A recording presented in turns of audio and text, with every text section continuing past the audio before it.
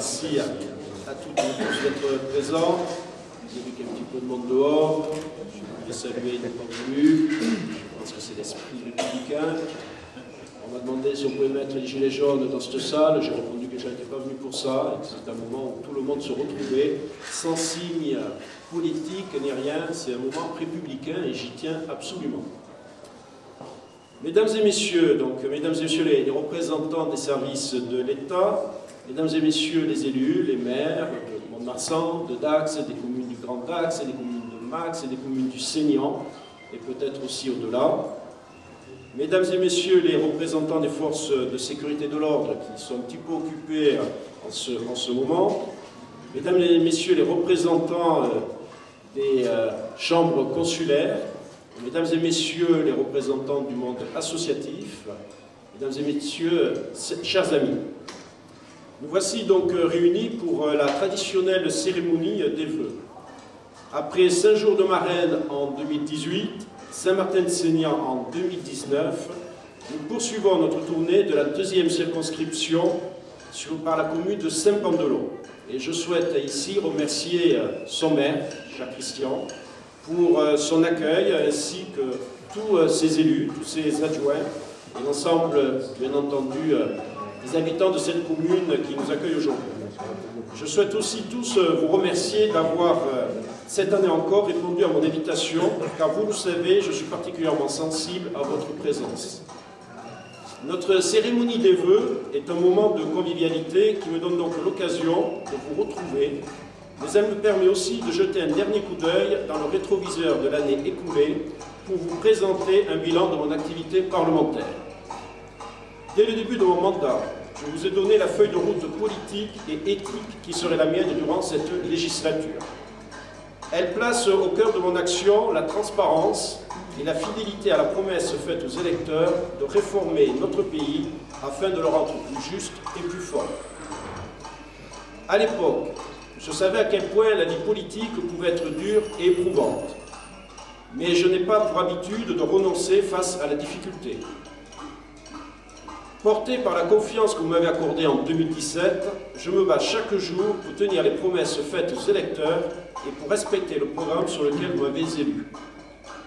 Nous nous connaissons et vous savez que mes valeurs, et notamment celles du respect, de l'expression démocratique, constituent l'un de mes principaux repères.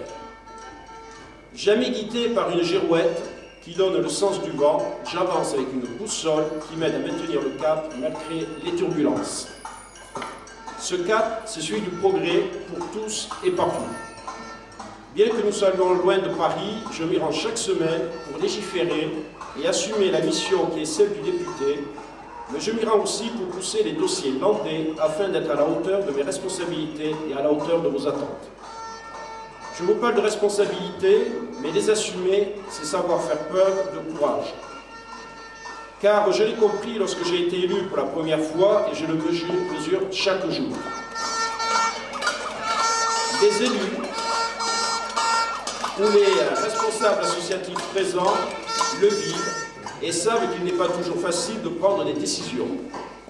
Mais je souhaite vous dire que l'intérêt public est toujours en tête de mon échelle de valeurs lorsque je suis amené à faire des choix. Alors oui, j'ai pris des décisions. J'ai décidé d'agir car nous ne pouvons pas rester statiques dans une période où les crises se croisent et s'entremêlent. La crise économique côtoie la crise écologique, la crise démocratique et la crise culturelle. Dans un tel contexte, la notion de responsabilité est forte et amène à l'humilité, car je sais qu'on n'a jamais raison tout seul et je crois à l'intelligence collective. Vous aurez donc bien compris que face à l'inaction, je préfère le mouvement, car la force de notre nation et même de notre territoire n'est pas un bien définitivement acquis, mais un combat de tous les jours.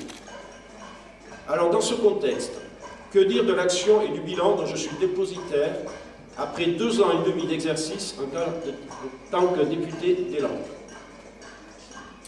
Adhérant à la majorité présidentielle, je m'y engage depuis 2017 pour concrétiser des engagements.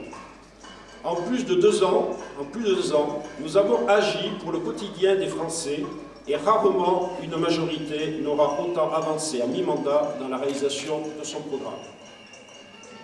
Tout cela se fait en étant à l'écoute des Français, qui ne sont jamais, et à raison, timorés dans leur capacité à exprimer leurs sentiments. Je crois qu'on le voit encore ce matin. Je vis à Saint-Martin-de-Sénior, je parcours chaque semaine le département, je rencontre de nombreux Landais qui me parlent de leur quotidien, de leur réussite, mais aussi de leurs difficultés. Il m'arrive aussi d'aller à la rencontre d'acteurs sociaux, comme les syndicats, d'acteurs économiques, comme les fédérations de dirigeants. Je ne suis pas étanche aux mouvements sociaux qui traversent notre pays depuis plusieurs années, et en même temps, je ne peux me résigner au scepticisme. Si je suis engagé, c'est parce que je suis optimiste et que je sais que l'action publique peut améliorer concrètement le quotidien des Français et agir positivement sur notre système. Ici et devant vous, je pourrais dénigrer mes opposants ou rabâcher des constats inutiles. Or, le passé est un point d'appui, mais l'avenir ne se construit jamais en le ressassant. J'ai donc fait le choix de l'optimisme et le bilan dont je souhaite vous parler après 2 années passées sur les bancs de l'Assemblée nationale me donne raison. Nous entrons dans l'année 2020 et nous ne pouvons que nous féliciter des mesures qui entrent en vigueur en ce début d'année. Vous savez, le pouvoir d'achat, il y a ceux qui en parlent et ceux qui agissent. En ce début d'année, je ne suis pas là pour alimenter un discours creux, mais pour vous présenter des éléments concrets. Alors oui, concrètement, les choses ont changé pour nous tous en cette année 2020. Ça change d'abord pour les particuliers, car cette année qui s'ouvre est celle de la baisse de l'impôt sur le revenu, et plus spécifiquement pour les classes moyennes. Cela est rendu possible par la loi de finances pour 2020, qui prévoit une baisse d'impôt sur le revenu de 5 milliards d'euros. Concrètement, cela se traduira par un gain moyen de 350 € par foyer pour la première tranche d'imposition et de 125 € pour une personne seule et 250 € pour un couple pour la seconde tranche. Les salariés les plus précaires n'ont pas été oubliés, car la revalorisation du salaire minimum que nous avons acté s'élève à 15 € supplémentaires par mois, soit près de 200 € par an. Ainsi, nous faisons passer le salaire minimum à 1 219 € net par mois. Dans le même cadre, la revalorisation de la prime d'activité que nous avons actée début 2019 et la campagne d'information des nouveaux bénéficiaires sur ce nouveau droit a permis d'aider 10 241 personnes de plus dans les Landes, dont 3 739 nouveaux allocataires pour un montant total de plus de 56 millions d'euros contre 29 millions en 2018, avec un montant annuel moyen de 1 930 € par bénéficiaire. D'autres mesures concernant chaque foyer français continuent de se déployer. Je pense notamment à la suppression de la taxe d'habitation concernant aujourd'hui 80% des Français les plus modestes. Je vous annonce que nous irons bien vers la disparition totale de cette taxe en 2023, tout en compensant à l'euro près la perte de cette recette pour les collectivités. C'est un engagement affirmé à plusieurs reprises par le gouvernement et dont le président de la majorité, le président de la République et la majorité se portent garant. Si nous faisions une moyenne pour le département des Landes, le gain de pouvoir d'achat s'élève à 671 € par foyer. Ça, c'est du concret, c'est au profit direct de chaque famille. La santé est un poste de dépenses coûteux et il fallait agir pour que personne ne renonce à ses soins pour des raisons financières. L'extension du périmètre du reste à charge zéro amène désormais les opticiens à proposer certaines lunettes avec un reste à charge zéro pour le patient. Concernant les autres soins coûteux, comme en dentaire, les couronnes et bridges seront entièrement pris en charge. Aussi, en audiologie, après une première année de baisse de 400 € du reste à charge en 2019, celle-ci diminuera encore de 500 € supplémentaires en 2020 et en 2021, les appareils auditifs seront pris en charge à 100%. Chaque année, j'exprime au travers de mes vœux aussi la nécessité d'écouter notre planète qui souffre d'un dérèglement climatique inédit. La jeunesse se mobilise pour le climat et c'est une bonne nouvelle, car c'est l'avenir des générations futures qui se joue aujourd'hui. Co-président du groupe d'études littorales de l'Assemblée nationale, je travaille sur la question de la préservation de nos côtes et chaque année davantage mise à l'épreuve de la submersion marine. J'ai choisi d'intégrer la Commission du développement durable à l'Assemblée nationale par conviction et depuis le début, de nouvelles avancées y ont vu le jour. Dès cette année entrera en vigueur un dispositif prévoyant d'adapter le crédit d'impôt pour la transition énergétique aux foyers les plus modestes. Le crédit d'impôt sera désormais progressivement transformé en prime, versé avant le début des travaux. C'est concret, c'est direct et c'est efficace. Le nouveau dispositif concernera en priorité les ménages modestes pour leur éviter un effort de trésorerie trop important. Il s'agit de rendre les économies d'énergie accessibles à tous en réduisant les émissions de CO2 et les dépenses énergétiques. Il est donc nécessaire de voter une loi sur l'économie circulaire prévoyant des dispositions écologiques adaptées à notre époque, avec pour objectif de limiter l'accélération du changement et surtout d'accélérer le modèle de production et de consommation afin de réduire les déchets et préserver les ressources naturelles, la biodiversité et le climat. Je crois profondément à ce nouveau paradigme et je me suis beaucoup investi dans ce texte.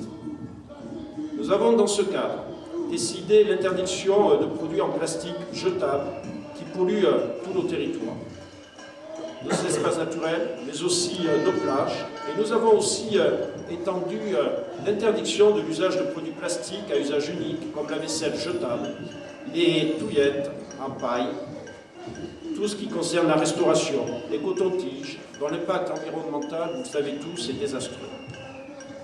La protection de l'environnement étant une cause à faire partager, je veux également saluer la création de l'Office français de la biodiversité.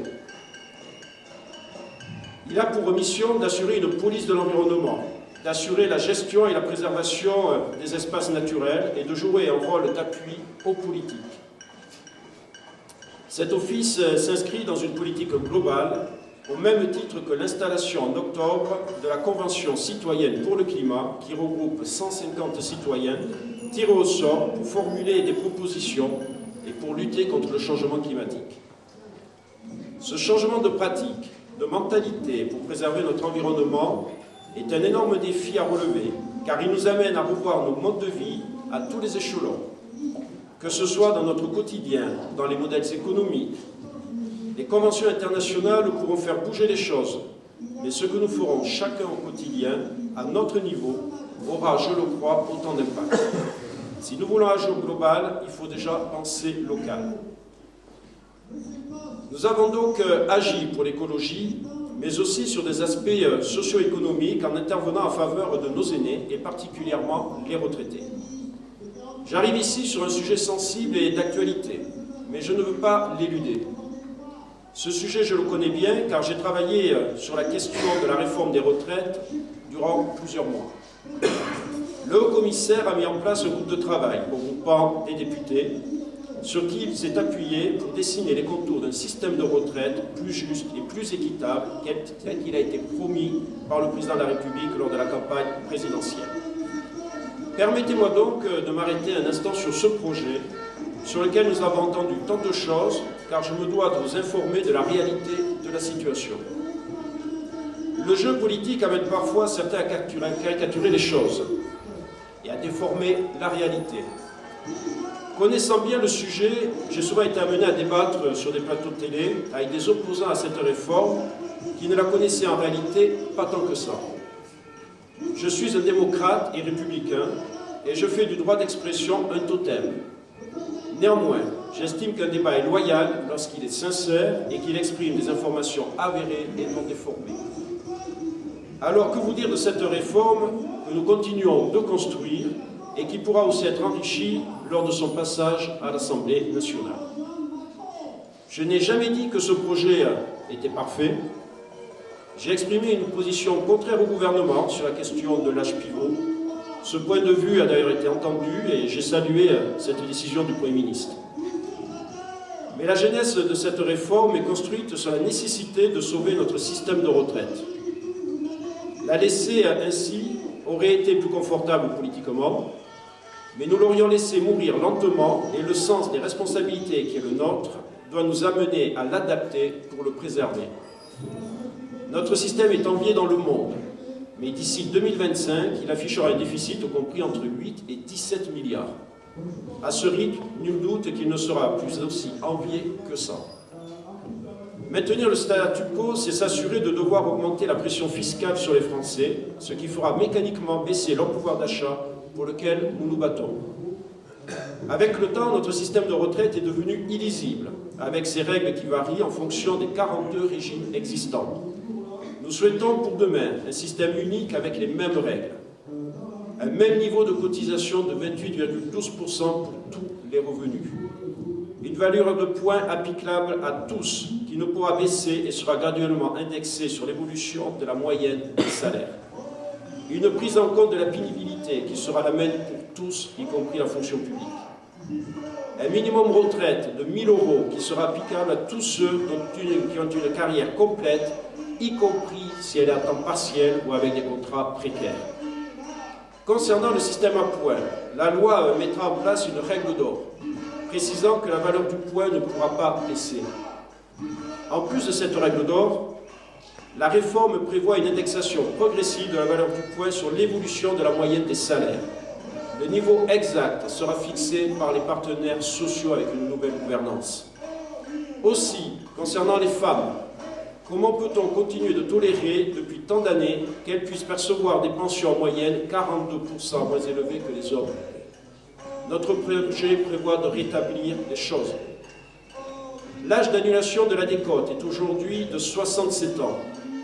Les femmes étant surreprésentées dans les métiers précaires, ce sont donc elles, nombreuses, qui travaillent jusqu'à cet âge avancé. Grâce à la réforme, cet âge d'annulation de la décote sera graduellement avancé à 64 ans. Grâce à la réforme, les femmes bénéficieront d'une majoration dès le premier enfant, alors que seules les familles nombreuses en bénéficiaient jusqu'à présent. Cette majoration sera de 5% par enfant, puis une majoration de 7% pour le troisième. Les parents pourront choisir qui du couple bénéficiera de la majoration ou bien décider d'un partage de cette majoration. Je n'entrerai pas davantage dans la technique de cette réforme, mais je vous dois ces explications afin de faire comprendre la réalité du projet. J'ai dit que je respectais la divergence de point de vue, ainsi que ceux qui contestent la réforme des retraites. Il m'apparaissait simplement nécessaire de poser les choses afin que chacun puisse se faire une idée claire de la situation. Le débat continuera d'avancer et rien ne sera figé jusqu'à l'adoption du texte par le Parlement. J'échangerai encore, et je l'ai fait encore cette semaine, avec des représentants de la RATP sur le secteur ferroviaire, de la CGT, ainsi qu'avec Jean-Claude Mailly, l'ancien président secrétaire général de Force ouvrière. Nous parvenons à avoir un dialogue apaisé. Je ne doute pas de la capacité de chacun à trouver les voies du dialogue qui débouchera sur une réforme juste et qui préservera l'équilibre de notre système. Je rencontrerai d'ailleurs prochainement aussi à leur demande les syndicats landais et les syndicats au niveau national, pas plus tard que mercredi prochain à l'Assemblée nationale. La parenthèse de la réforme des retraites étant close, pour l'instant, je n'oublierai donc pas de vous parler de nos actions en faveur des seniors, pour qui nous avons revalorisé les petites pensions de retraite sur le niveau de l'inflation pour les retraités percevant moins de 2 000 € bruts par mois. Aussi, l'augmentation du minimum vieillesse est un nouvel acquis, tout comme l'allocation de solidarité pour les personnes âgées, qui passe à 903 € contre 868 en 2019. Je n'attends ici aucune complaisance, mais simplement un regard juste sur la réalité, car je sais le défi qui est celui des élus aujourd'hui, et tout ce à quoi nous nous sommes bien entendu exposés lorsqu'on est dépositaire d'un mandat électif. Nous aurons dans quelques semaines à nous prononcer dans le cadre des élections municipales. Nous sommes ici dans une cérémonie républicaine d'un député qui se veut être celui de tous les Landais, et à ce titre, je ne ferai pas de cette cérémonie une tribune électorale. Je m'abstiendrai donc d'exprimer des préférences, même si vous imaginez bien que j'ai un avis sur ce qu'il se passe ici ou là. Je souhaiterais toutefois remercier les élus locaux qui se sont engagés durant 6 années, et certains beaucoup plus. Ils se sont engagés pour agir pour les habitants de leur commune. Être élu municipal est un véritable engagement de conviction. Être élu municipal, c'est donner de son temps et faire des sacrifices personnels pour servir les autres. Cet engagement, qui nécessite beaucoup de pugnacité, de renoncement personnel et de courage, méritait d'être davantage reconnu. Ce sentiment, je l'ai porté dès la campagne législative, estimant qu'il était nécessaire de revoir les conditions d'exercice des élus. Et le projet de loi Engagement et proximité que nous avons voté cette année prévoit des instruments nouveaux pour améliorer le quotidien des élus locaux et encourager leur vocation. Je me suis mobilisé sur ce texte durant plusieurs mois, durant l'année 2019, et j'ai souhaité le travailler en concertation directement avec les élus landais, que j'ai réunis à Hossegor l'été dernier, afin de leur présenter le projet de loi et recueillir des idées pour l'amender. J'ai porté des idées pour simplifier l'action des élus ou encourager les jeunes à s'engager au service de leur commune. D'ailleurs, à ce titre, je continue d'avancer sur ce sujet en structurant une proposition de loi visant à renforcer les droits étudiants. J'y travaille avec les syndicats étudiants, les organisations de jeunesse, le conseil des présidents d'université et le ministre de l'Enseignement supérieur. Notre département est dynamique et je crois en la vitalité de notre jeunesse en qui j'ai pleinement confiance. Je parle de la jeunesse de notre territoire pour faire un focus sur l'action menée dans les Landes. Nous avons permis l'ouverture de 60 nouvelles places de crèches supplémentaires grâce à un partenariat entre les collectivités et la caisse d'allocation familiale. Ces places sont réparties dans le territoire et le dynamisme démographique de notre circonscription permet d'offrir 10 places à Saint-Laurent-de-Gosse, 10 à Bénès-Marraine et 10 autres à Saint-Vincent-de-Tyrosse. La politique de petite enfance que nous développons vient en soutien total des collectivités qui portent ce champ de compétences. Et nous avons été également soutenir des projets de rénovation complet du centre de loisirs, certains, en finançant à hauteur de 50% les projets comme c'est le cas pour le centre de loisirs de la commune de Tarnos. Notre politique met l'accent sur la vitalité économique de nos territoires et son désenclavement. C'est dans cette perspective que nous avons pu aider au développement du haut débit dans le cadre du dispositif d'appel à manifestation d'engagements locaux lancé par le gouvernement. Ce développement numérique disposera d'un autre allié sur le territoire, qui est le territoire d'industrie, que nous avons impulsé sur la totalité de la circonscription. Ce nouveau dispositif, présentant une forte identité de savoir-faire industriel, offrira un engagement spécifique de l'État, mobilisant un ensemble de politiques publiques pour accompagner les projets de tous ces territoires. Je me réjouis aussi de l'opération Cœur de Ville, dont peut bénéficier dans le département la ville de Mont-de-Marsan, mais aussi la ville de Dax. Ces actions vont permettre à ces deux villes de s'engager dans un processus de reconquête urbaine, économique et sociale par le biais d'un soutien de l'État. Voyez, nous ne fusions pas nos responsabilités dans notre soutien aux communes, auprès de qui nous avons respecté notre engagement visant à maintenir depuis 2 ans les dotations. Par contre, la dotation d'équipement des territoires ruraux a accompagné dans les Landes plus de 200 projets. Nous pourrons prochainement consulter le bilan définitif des dotations attribuées en 2019. Mais la contribution s'élevait déjà en octobre dernier à plus de 12 millions d'euros. Tous ces soutiens sont le fruit d'une volonté politique pour permettre aux acteurs publics et économiques de se développer et d'affirmer leurs ambitions. Nous avons fait le choix d'accompagner les projets de développement et cet accompagnement est concret car il prépare l'avenir et le rayonnement de notre département, les Landes. Vous le voyez, mon discours est enthousiaste.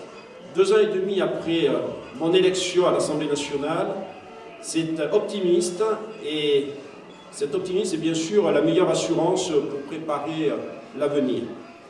J'y crois depuis le début et la difficulté ne me surprend pas car je m'y suis bien entendu préparé.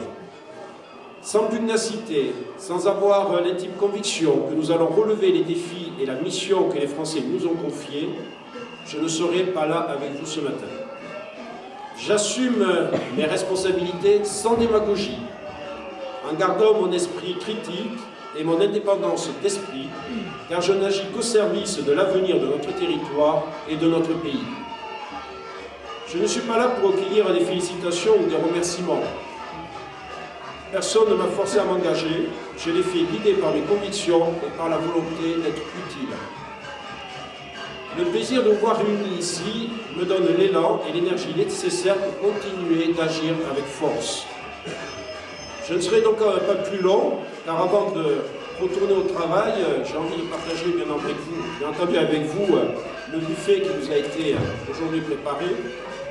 Je terminerai donc en adressant à chacun d'entre vous et de vos proches des vœux empreints d'amitié et d'humanité, mais aussi de cet optimisme auquel je tiens tant, et surtout à l'aube d'une nouvelle décennie. Mes vœux, je vais les placer sous l'égide de Jacques Brel, qui a formulé à l'aube du 1er janvier 1968 des paroles qui résonnent encore souvent dans mon esprit. Avec la poésie et la beauté de la plume qui le caractérise, il souhaitait des rêves à n'en plus finir et l'envie furieuse d'en réaliser quelques-uns. Comme lui, je vous souhaite d'aimer ce qu'il faut aimer et d'oublier ce qu'il faut oublier. Je vous souhaite surtout d'être vous, fiers de l'être et heureux, car le bonheur est notre destin véritable. Mesdames et messieurs, chers amis, je vous souhaite une bonne année 2020.